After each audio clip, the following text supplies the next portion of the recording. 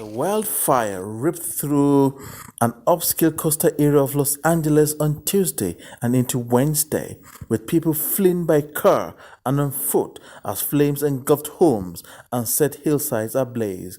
Officials say two other fires inland were also spreading fast.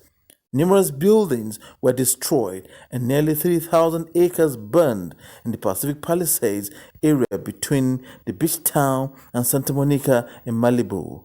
The area is said to be home to many film and music stars. Roads were jammed with people fleeing the inferno, some abandoning their cars, and flames licked the edges, and plumes of smoke and flames rose in the night sky over Los Angeles and its suburbs.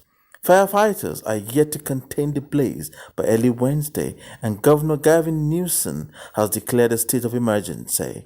Palisades residents say as they evacuate, fires were very close to cars. Los Angeles Mayor Karen Bass said the windstorm is expected to worsen through the day.